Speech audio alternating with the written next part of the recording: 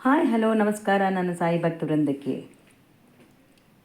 ಕಾಶಿ ವಿಶ್ವನಾಥನ ದರ್ಶನ ಪಡೆದರೆ ಪುಣ್ಯ. ಗಂಗೆಯಲ್ಲಿ ಮಿಂದರೆ ನಾವು ಮಾಡಿದ ಪಾಪ ಕರ್ಮಗಳು ತೊಳೆದು ಹೋಗುತ್ತದೆ. ಉಪವಾಸ ವ್ರತಾಚರಣೆ ಕಾಲಕ್ಕೆ ಸರಿಯಾಗಿ ಮಾಡಿದರೆ ನಾವು ಮುಕ್ತಿ ಹೊಂದುತ್ತೇವೆ. ಭಗವಂತ ನಮ್ಮ ಕಷ್ಟಗಳನ್ನು ದೂರ ಮಾಡುತ್ತಾನೆ. ಇದು ಸಾಮಾನ್ಯವಾಗಿ ಜನರು ಹೇಳುವ ಮಾತು. ಆದರೆ ಮನಸ್ಸು ನಿರ್ಮಲವಾಗಿರದೆ ದುರ್ಗುಣಗಳ ಗೂಡಾಗಿರುವವರು ಯಾವ ಗುಡಿ ಗೋಪುರ ಸುತ್ತಿದರೂ ಪ್ರಯೋಜನವಿಲ್ಲ. ಬೇರೆಯವರನ್ನು ದೂಷಿಸುತ್ತಾ ಗಂಗೆಯಲ್ಲಿ ಎಷ್ಟು ಮಿಂದರೂ ಅಂಟಿದ ಕೊಡೆ ಎಂದಿಗೂ ನಾಶವಾಗುವುದಿಲ್ಲ.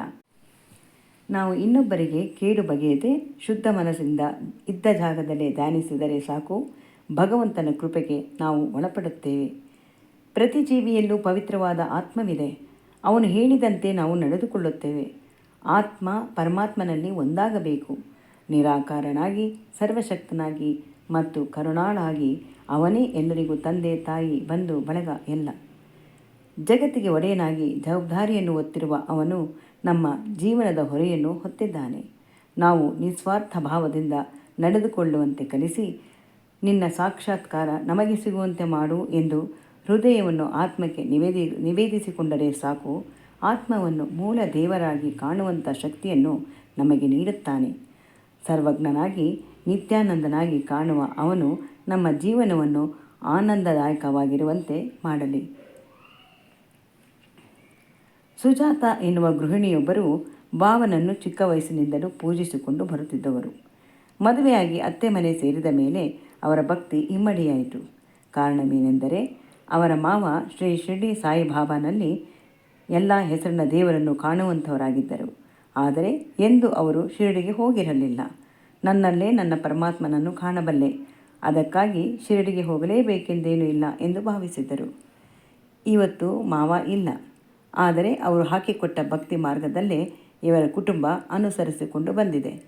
ಸುಜಾತಾರವರು 2 ವರ್ಷದ ಕೆಳಗೆ ಶಿರಡಿಯನ್ನು ದರ್ಶಿಸಲು ಪ್ರಯಾಣ ಬೆಳೆಸಿದರು.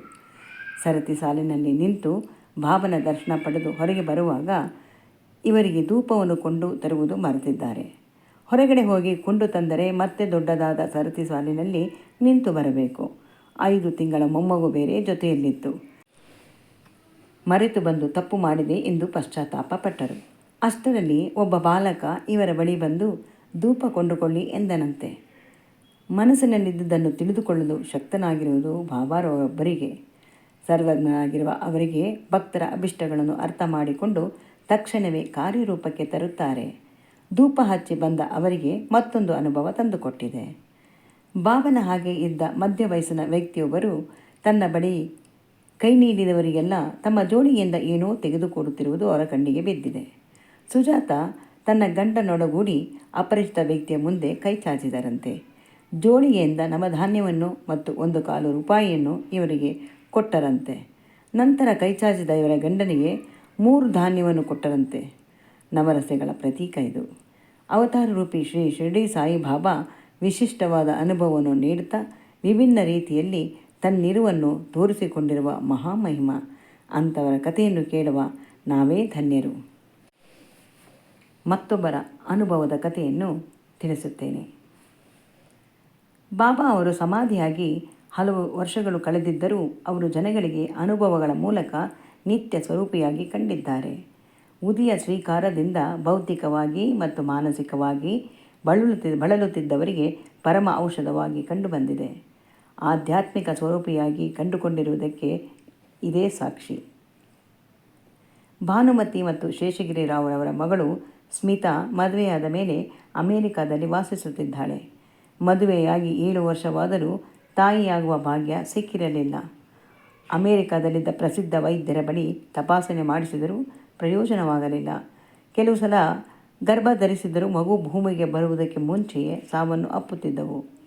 ಇದರಿಂದ ಬೇಸರಗೊಂಡ ಸ್ಮಿತಾ ಇಂಡಿಯಾಗೆ ಮರಳಿ ಇಲ್ಲಿರುವ ವೈದ್ಯರ ಬಳಿ ತಪಾಸಣೆ ಮಾಡಲು ನಿರ್ಧರಿಸಿದಳು. ಚೆನ್ನೈನಲ್ಲಿರುವ ಪ್ರಸಿದ್ಧ ವೈದ್ಯರ ಬಳಿ ಚಿಕಿತ್ಸೆ ಪಡೆಯಲು ಇಚ್ಛಿಸಿದಳು. ಮನೆಯ ಹತ್ತಿರದಲ್ಲಿ ಶ್ರೀ ಶಿರ್ಡಿ ಸಾಯಿಬಾಬಾರವರ ಮಂದಿರವಿತ್ತು. ಪ್ರತಿ ಗುರುವಾರ ಭಜನೆ ಕಾರ್ಯಕ್ರಮ ಕೂಡ ಇರುತ್ತಿತ್ತು. ಶೇಷಗಿರಿ ರಾವ್ ತಾವು ಅದರಲ್ಲಿ ಭಾಗವಹಿಸಲು ಒಂದು ದಿನ ಹೋಗಿದ್ದರು. ಶ್ರೀ ಶಿರ್ಡಿ ಸಾಯಿಬಾಬಾರವರಿಂದ ಆಶೀರ್ವಾದ ಪಡೆದವರೊಬ್ಬರು ಮಂದಿರಕ್ಕೆ ಪ್ರತಿ ತಿಂಗಳ ಮೊದಲ ಗುರುವಾರ ಬರುತ್ತಾರೆ. ಭಕ್ತರ ಬೇಡಿಕೆಗಳನ್ನು ಕೇಳಿ ತಕ್ಕ ಪರಿಹಾರ ತಿಳಿಸುತ್ತಾರೆ ಎಂದು ಅಲ್ಲಿದ್ದವರು ಶೇಷಗಿರಿರಾವ್ ಅವರಿಗೆ ತಿಳಿಸಿದರು. ಮಗಳ ವಿಷಯವನ್ನು ಅವರಲ್ಲಿ ಪ್ರಸ್ತಾಪಿಸಬೇಕೆಂದುಕೊಂಡರು. ಶೇಷಗಿರಿರಾವ್ರವರು ತಮ್ಮ ಪತ್ನಿ ಭಾನುಮತಿಯವರೊಡನೆ ಮಂದಿರಕ್ಕೆ ಹೋಗಿ ಬಾಬನ ಆಪ್ತರಾಗಿರುವವರ ಮುಂದೆ ತಮ್ಮ ಬೇಡಿಕೆಯನ್ನಿಟ್ಟರು. ಚಿಕಿತ್ಸೆಯ ಅವಶ್ಯಕತೆ ಖಂಡಿತ ಇಲ್ಲ. ಬಾಬಾರವರ ಉದಿಯನ್ನು 9 ದಿನ ನಿಮ್ಮ ಮಗಳು ನೀರಿನಲ್ಲಿ ಕಲಕಿ ತೀರ್ಥದಂತೆ ಸೇವಿಸಲಿ. 21 ದಿನದೊಳಗೆ ಶುಭವಾರ್ತೆ ಖಂಡಿತ ಸಿಗುತ್ತದೆ ಎಂದು ಆಶೀರ್ವಾದ ಮಾಡಿದರು. ಹಾಗೆಯೇ 9 ಚಪಾತಿಯನ್ನು ಪಲ್ಯದೊಡನೆ ತಂದು ಇಲ್ಲಿರುವವರಿಗೆ ಹಂಚಲಿ, ಖಂಡಿತ ಅವಳಿಗೆ ಒಳ್ಳೆಯದಾಗುತ್ತದೆ ಎಂದು ತಿಳಿಸಿದರು. ಸ್ಮಿತಾ ಅದೇ ರೀತಿ ಮಾಡಿದಳು. 21 ದಿನ ಪೂರೈಸುವ ಮುಂಚೆಯೇ ಗರ್ಭಿಣಿಯಾಗಿರುವ ಸಿಹಿಸುದ್ದಿ ತಿಳಿಯಿತು. ವಿದೇಶದಲ್ಲಿದ್ದ ವೈದ್ಯರ ಬಳಿ ಚಿಕಿತ್ಸೆ ಪಡೆದರೂ ತಾಯಿಯಾಗುವ ಭಾಗ್ಯ ಕಂಡುಕೊಳ್ಳದ ಸ್ಮಿತಾಳಿಗೆ ವಿಭೂತಿ ಮಹಿಮೆಯಿಂದ ಕೆಲವೇ ದಿನಗಳಲ್ಲಿ ಫಲ ಕಂಡುಕೊಳ್ಳುವಂತಾಯಿತು. ಮನೆಯಲ್ಲಿ ಒಬ್ಬರು ಭಕ್ತರಿದ್ದರೆ ಸಾಕು, ಉಳಿದವರಿಗೂ ಬಾಬನ ಮಹಿಮೆ ಅರ್ಥವಾಗುವಂತೆ ಮಾಡುವ ಅದ್ಭುತ ಶಕ್ತಿ ಅವರಲ್ಲಿದೆ. ಭಾನುಮತಿ ಮತ್ತು ಶೇಷಗಿರಿರಾವ್ರವರ ಮಗಳಿಗೆ ಬಾಬನ ಅನುಗ್ರಹದಿಂದ ತಾಯಿಯಾಗುವ ಭಾಗ್ಯ ದೊರಕಿತು. ಅಂದಿನಿಂದ ಬಾಬಾ ಅವರಿಗೆ ಆರಾಧ್ಯ ದೈವವಾದರು. ಆದರೆ ಮಗನಿಗೆ ಅಷ್ಟು ನಂಬಿಕೆ ಇಟ್ಟುಕೊಂಡಿರಲಿಲ್ಲ. ಒಮ್ಮೆ ಯಾವುದೋ ಕೆಲಸದ ಮೇಲೆ ಅಹಮದಾಬಾದ್ಗೆ ಹೋಗಿದ್ದಾಗ ಶಿರಡಿಗೆ ಏಕೆ ಹೋಗಬಾರದು ಎಂದು ಅಂದುಕೊಂಡನಂತೆ. ಅದರಂತೆ ಬಸ್ಸಿನಲ್ಲಿ ಪ್ರಯಾಣ ಬೆಳೆಸಿದ್ದಾನೆ.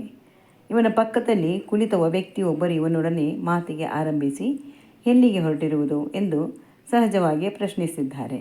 ಅದರಂತೆ ತಾನು ಶಿರಡಿಗೆ ಹೋಗುತ್ತಿರುವುದಾಗಿ ಹೇಳಿದ್ದಾನೆ. ಹಾಗೆಯೇ ತಾನು ಮೊದಲ ಸಲ ಹೋಗುತ್ತಿರುವುದರಿಂದ ಎಲ್ಲಿ ಮಂದಿರ ಇದೆ, ಏನೇನು ಅಲ್ಲಿ ನೋಡಲು ಇದೆ, ಏನೂ ತಿಳಿಯದು ಎಂದು ಹೇಳಿದ್ದಾನೆ. ಆಗ ಪಕ್ಕದಲ್ಲಿದ್ದ ವ್ಯಕ್ತಿ ತನ್ನ ಬಳಿಯಿಂದ ಒಂದು ವಿಸಿಟಿಂಗ್ ಕಾರ್ಡನ್ನು ಕೊಟ್ಟು ಇವರನ್ನು ಸಂಪರ್ಕಿಸಿ ನಿನಗೆ ಎಲ್ಲ ಅನುಕೂಲ ಮಾಡಿಕೊಡುತ್ತಾರೆ ಎಂದು ಹೇಳಿದ್ದಾರೆ. ನಂತರ ಪಕ್ಕದಲ್ಲಿ ಕುಳಿತಿದ್ದ ವ್ಯಕ್ತಿ ಇಳಿದು ಹೊರಟು ಹೋಗಿದ್ದಾರೆ. ಧನ್ಯವಾದ ಹೇಳಲು ಸಾಧ್ಯವಾಗಲಿಲ್ಲವಲ್ಲ ಎಂದು ಪೇಚಾಡಿಕೊಂಡಿದ್ದಾನೆ. ಕಾರ್ಡ್ನಲ್ಲಿ ತಿಳಿಸಿರುವಂತೆ ಶಿರಡಿಗೆ ಹೋಗಿ ಭೇಟಿ ಮಾಡಲು ತಿಳಿಸಿದ ವ್ಯಕ್ತಿಯನ್ನು ಭೇಟಿ ಮಾಡಿದ್ದಾನೆ. ಜನಸಮೂಹ ನೋಡಿ ಬೆದರಿದ ಇವರಿಗೆ ಯಾವ ರೀತಿ ತೊಂದರೆ ಆಗದಂತೆ ಎಲ್ಲ ರೀತಿಯ ಸೌಲಭ್ಯವನ್ನು ಪಡೆದುಕೊಂಡು ಸುಖವಾಗಿ ಹಿಂತಿರುಗಿದರಂತೆ. ಪರಿಚಯವಿರದ ವ್ಯಕ್ತಿ ತಾವಾಗಿ ಮಾತನಾಡಿ ಬಾಬಾರವರನ್ನು ಕಾಣಲು ಸುಲಭ ಮಾಡಿಕೊಟ್ಟು ಬಸ್ಸಿನಿಂದ ಇಳಿದು ಹೋದರೂ ಸಾಮಾನ್ಯ ಮಾನವನಲ್ಲ, ಬಾಬಾರವರೇ ತನ್ನ ಬಳಿ ಬಂದು ಕುಳಿತಿದ್ದವರು ಎಂದು ಅಂದುಕೊಳ್ಳುವಂತಾಗಿದೆ. ಅಂದಿನಿಂದ ಅವರ ಮಗ ಬಾಬನ ಪರಮಭಕ್ತನಾದ. ಅನೇಕ ರೀತಿ ಅನುಭವ ಹೊಂದುವಂತಾಯಿತು. ತಾನು ಮಾಡುತ್ತಿದ್ದ ಬಿಸ್ನೆಸ್ ಯಶಸ್ಸಿನ ಹಾದಿಯಲ್ಲಿ ಸಾಗಿದೆ.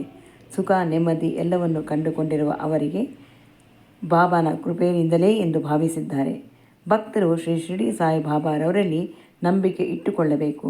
ಭಕ್ತಿ ಮತ್ತು ಶ್ರದ್ಧೆಯಿಂದ ನಾವು ಬಾಬಾರವರನ್ನು ಆರಾಧಿಸುವಾಗ ಅಂದುಕೊಂಡಿದ್ದನ್ನು ಪಡೆದುಕೊಳ್ಳುವ ಸಾಧ್ಯತೆ ಉಂಟಾಗುತ್ತದೆ. ಓಂ ಶ್ರೀ ಸಾಯಿ ಪ್ರಣಾಮ್.